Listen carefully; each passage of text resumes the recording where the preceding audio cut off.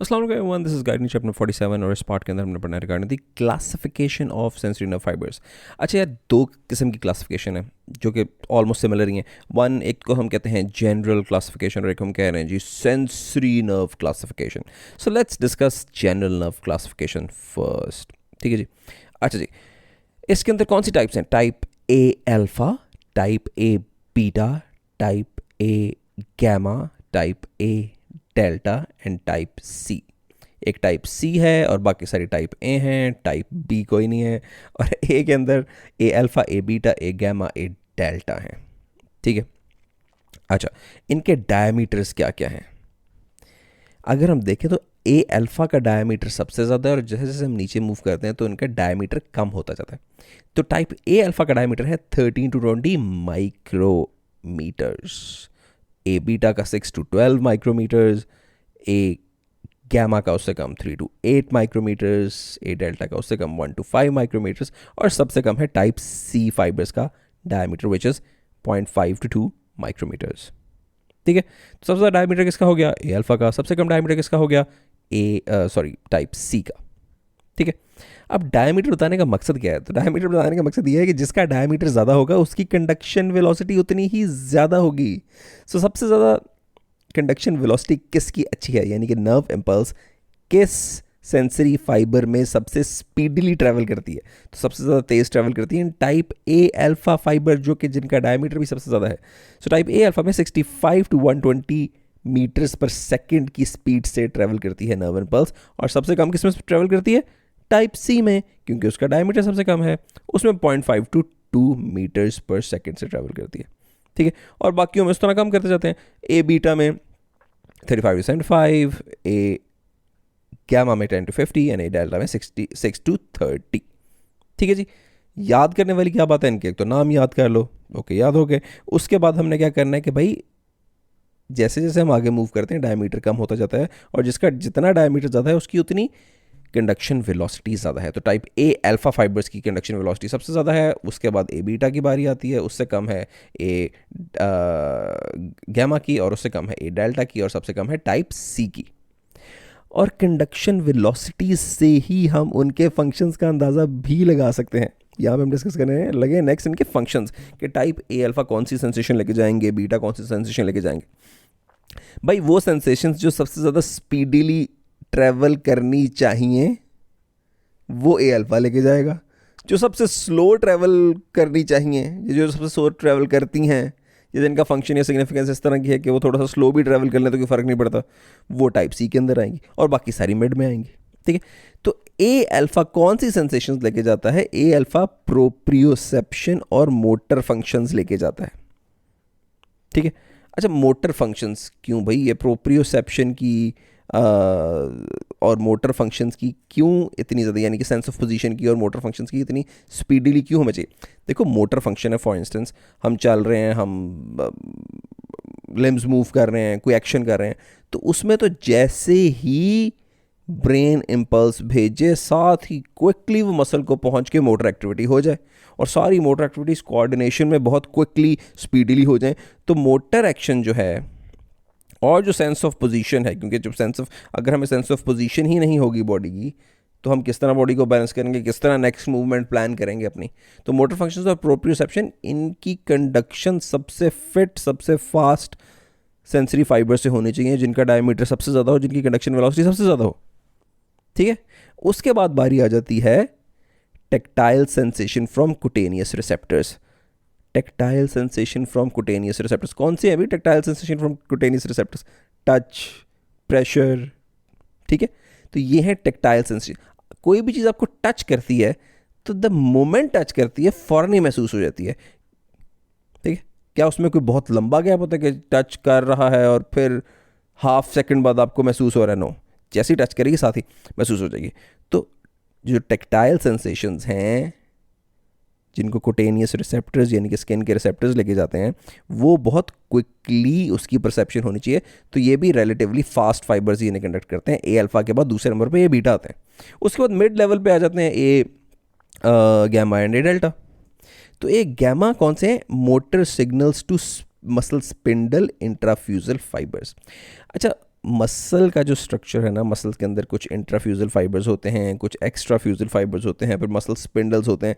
जब हम motor system पढ़ेंगे तो पूरा एक चैप्टर इसी पे ही है, intrafusal fibres, एक्स्ट्राफ्यूजल fibres, muscle spindles, उसकी जो नर्व सप्लाई है कौन सी है, उसकी एनुलो स्पायरल एंडिंग्स और दूसरी एंडिंग्स, तो सारा वो उसके अंदर जाके आपको इस कॉन्सेप्ट का ज़्यादा डिटेल में समझ आएगा कि what exactly are these intrafusal and extrafusal muscle fibres.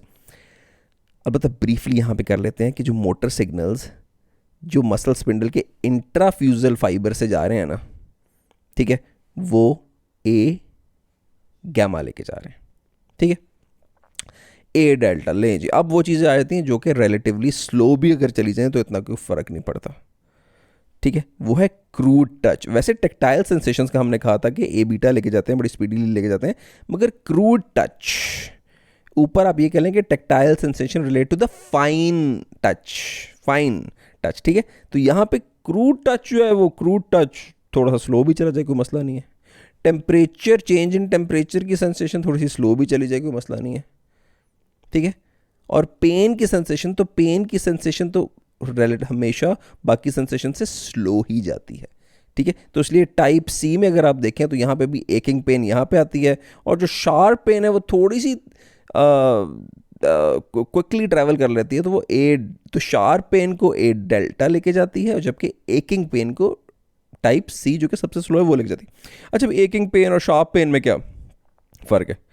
Aching pen होती है जो डिफ्यूज सी पेन है किसी जगह पे, ठीक है, वो एकिंग पेन उसे कहते हैं। शार्प पेन होती है, शार्प पेन जो बिल्कुल एक वेव की तरह निकलती है, जो एक लहर की तरह ऐसे क्विकली मूव करती है, ठीक है, वो शार्प पेन होती है, ठीक है। तो sharp pain relatively fast travel होती है, बट स्टिल वो भी स्लो ही ट्रैवल हो रही है, ए डेल्टा से ही जा रही है, ठीक है। मगर जो क्रॉनिक एकिंग पेन है वो टाइप सी से जा रही है, ठीक है। तो पेन जो है वो सबसे स्लो जाती है। उसी तरह पेन के साथ साथ इच, ये टेम्परेचर सेंसेशन, वो भी स्लो ही जा रही है। क्रूड टच वो भी स्लो जा रही है, और पोस्ट गैंग्लियोनिक ऑटोनॉमिक फाइबर्स वो भी स्लो ही लेके जा रहे हैं। तो ये अगर आप देखें तो इनकी ओवरलैपिंग सी सेंसेशन है, इन दोनों में ही क्रूड टच आ रहा है, दोनों में ही टेम्परेचर आ रहा है, दोनों में ही पेन आ रहा है, ठीक है। तो बेसिकली स्लो सेंसेशंस कौन सी ट्रैवल करेंगी? पेन स्लो ट्रैवल करेगी, टेम्परेचर की सेंसेशन स्लो ट्रैवल करेगी, इचिंग जो है, खारिश इचिंग, वो स्लो ट्रैवल करती है, क्रूड टच वो स्लो ट्रैवल करता है। इसके मुकाबले में फाइन टच जल्दी ट्रैवल करता है, मोटर फंक्शन वाले जल्दी ट्रैवल करते हैं, पोजीशन की सेंसेशन प्रोप्रियोसेप्शन जल्दी ट्रैवल करती है। और मिड लेवल में जो आपकी जो मसल स्पिंडल्स से जो सेंसेशन जा रही है, जो कि कॉन्टीन्यूसली मसल की कॉन्ट्रैक्शन की स्टेट के बारे में बता रही हैं, वो मिड में आती हैं, ठीक है। अब उसमें भी आगे जाके हम थोड़ा सा देखते हैं कि वो जो मसल की कॉन्ट्रैक्शन की स्टेट है वो डायनामिकली है या स्टैटिक कौन सी है, तो उसमें भी थोड़ा सा फर्क आ जाएगा। अलबत्ता वो डिटेल में आपको अगले चैप्टर में जाकर बात समझ आ जाएगी। सिंपल है कि मसल की कॉन्ट्रैक्शन की जो स्टेट है ना वो मिड में आती है। स्पीडीली कौन सी हो रही हैं? मोटर और पोजीशन। और फाइन टच स्लो कौन सी हो रही हैं? क्रूड टच और पेन और एच टेम्परेचर, ठीक है। तो ये स्लो हो रही है, ठीक है। अच्छा जी, अब आ जाते हैं दूसरी क्लासिफिकेशन पे। ये तो थी ए, अल्फा, बीटा, गैमा, डेल्टा और सी, यानी कि ABC वाली क्लासिफिकेशन। दूसरी क्लासिफिकेशन है सेंसरी नर्व क्लासिफिकेशन, उसमें 1 2 3 वाली क्लासिफिकेशन है। उसमें कौन सी आ जाती हैं जी? Group 1, group 2, group 3, group 4। इसमें टाइप ABC कर रहे हैं हम, इसमें ग्रुप 1 2 3 4 कर रहे हैं, ठीक है। एक ग्रुप 1A है, ग्रुप 1B है, फिर ग्रुप 2 है, ग्रुप 3 है, ग्रुप 4, यानी कि ग्रुप 1 को 1A और 1B में डिवाइड किया हुआ है, फिर ग्रुप 2 है, फिर ग्रुप 3 है, फिर ग्रुप 4 है, ठीक है। अब एक ही सेंसरी नर्व्स हैं, उनकी दो तरह की क्लासिफिकेशन है, तो दोनों की क्लासिफिकेशन में कुछ ओवरलैप भी होगा, तो बिल्कुल दोनों की क्लासिफिकेशन में ओवरलैप है। पहली बात तो इसकी क्लासिफिकेशन जिस तरह थी कि जी जिनका डायमीटर और कंडक्शन वेलोसिटी ज़्यादा है उनको हम इनिशियल नाम देते हैं, फिर आहिस्ता आहिस्ता आहिस्ता आहिस्ता डायमीटर और कंडक्शन वेलोसिटी कम होती है, तो इसमें भी बिल्कुल ऐसी है। तो अगर हम यहाँ से देखें, ग्रुप 1A जो है उसकी कंडक्शन वेलोसिटी सबसे ज़्यादा है 17, ग्रुप 1B की 16, ग्रुप 2 की उससे कम, ग्रुप 3 की उससे कम, ग्रुप 4 की उससे कम, ठीक है। और अगर हम यहाँ देखें इनके डायमीटर्स इस तरह, और इनकी कंडक्शन वेलोसिटीज़ भी इसी तरह। सबसे ज़्यादा कंडक्शन वेलोसिटी ग्रुप 1A की, फिर ग्रुप 1B की, फिर ग्रुप 2 की, फिर ग्रुप 3 की, ग्रुप 4 की, सारी कंडक्शन वेलोसिटीज़ भी इस तरह आ गई, ठीक है। जिसका डायमीटर ज़्यादा है उसकी वेलोसिटी ज़्यादा है, जिसका डायमीटर कम है उसकी वेलोसिटी कम है। मगर इसमें सबसे इंटरेस्टिंग बात है इसको याद रखने की कि इसको इन दोनों क्लासिफिकेशन को अलग अलग याद ही नहीं करना पड़ता, क्योंकि इनमें तकरीबन 100% ओवरलैप ही इन दोनों क्लासिफिकेशन में। अब अगर आप इनके कलर्स देखें तो इनके कलर स्कीम ही मैंने इस तरह बनाई है कि जिसका ओवरलैप जिसके साथ हो रहा है तो उसका वही कलर रख दिया। फॉर इंस्टेंस जो टाइप ए अल्फ़ा है ना, और ग्रुप 1A और 1B क्लासिफिकेशन है, ये सेम है। और इधर टाइप ए बीटा और ए गैमा जो है ना, ठीक है, they are similar to group 2। और जो टाइप ए डेल्टा है this is similar to group 3, और टाइप सी है this is similar to group 4। अगर आप वैसे भी देखें टाइप सी में डायमीटर कितना है 0.5 to 2, ग्रुप 4 में डायमीटर देखें 0.5 to 2। तो एक क्लासिफिकेशन में हम उसको टाइप सी कह रहे हैं, तो दूसरी क्लासिफिकेशन में एग्जैक्टली उसको हम ग्रुप 4 कह रहे हैं। तो उसमें तकरीबन सेम चीज़ें हैं। तो अगर हम इस तरह कर लें कि group 1A equivalent in other classification, you मैंने टेबल बनाया कि what is its equivalent in other classification, तो group 1 is basically type A alpha, group 1B भी basically is type A alpha, यानी कि ये जो पिंक है यहाँ पे पिंक कलर किया। तो group 2 is basically similar to type A beta and A delta, sorry A beta and A gamma, ठीक है। और group 3 is similar to type A delta and group 4 is similar to type C, ठीक है।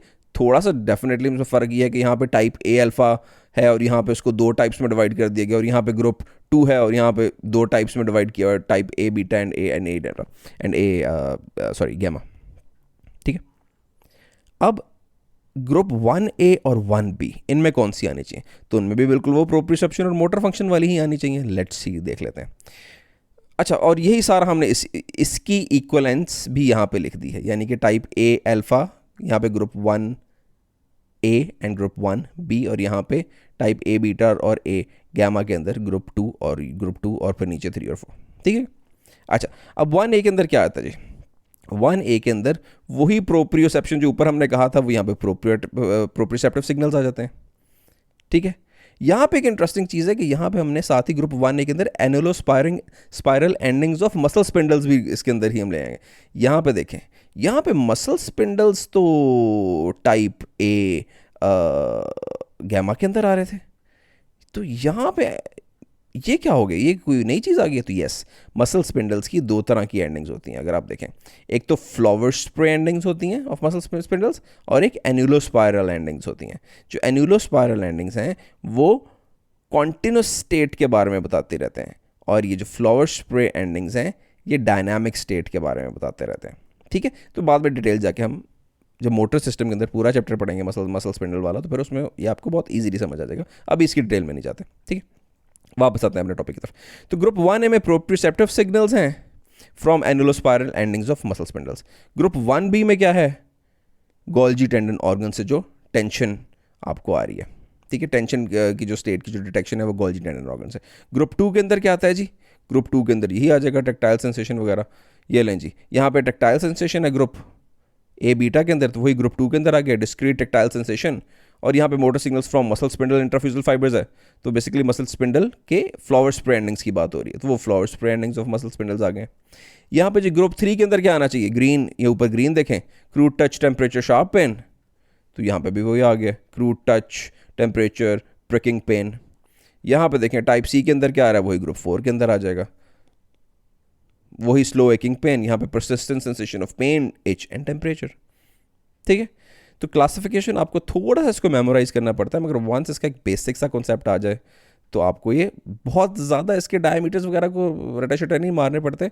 हाँ, ये ज़रूर याद रखें कि टाइप ए अल्फ़ा और इधर से ग्रुप 1A एंड 1B इनका डायमीटर भी ज़्यादा है, वेलोसिटी भी ज़्यादा है। टाइप सी और ग्रुप 4 का वेलोसिटी डायमीटर भी कम है, वेलोसिटी भी कम है। टाइप सी और group 4 basically pain itch temperature को लेके जा रहे हैं, और 1 alpha basically proprioception motor functions जो कि बेसिकली आपके मसल्स से जा रही हैं सेंसेशन, उनको लेके जाते हैं, ठीक है, या मसल्स को सेंसेशन जा रही हैं, ठीक है। और बीच में हमारे पास आ जाती हैं ये जो ब्लू वाला कवर कर रहे हैं ग्रुप 2, और यहाँ पे ए बीटा ए डेल्टा, उसके अंदर टेक्टाइल सेंसेशंस वगैरह आ जाती हैं। और ग्रुप 3 और यहाँ से टाइप ए डेल्टा जो हैं वो क्रूड टच वगैरह को कवर कर रहे हैं, ठीक है जी। So this is it. एक दफ़ा आराम से इसको वीडियो को यहाँ पे पॉज करो, इसको अभी याद करो, इसको डन करो अपने हिसाब से, तो फिर ही आगे मूव करना। मगर इसको कर जरूर लेना, क्योंकि इसमें से कोई ना कोई MCQs आ जाते हैं, ठीक है जी। So this is it regarding the sensory classification. See you in next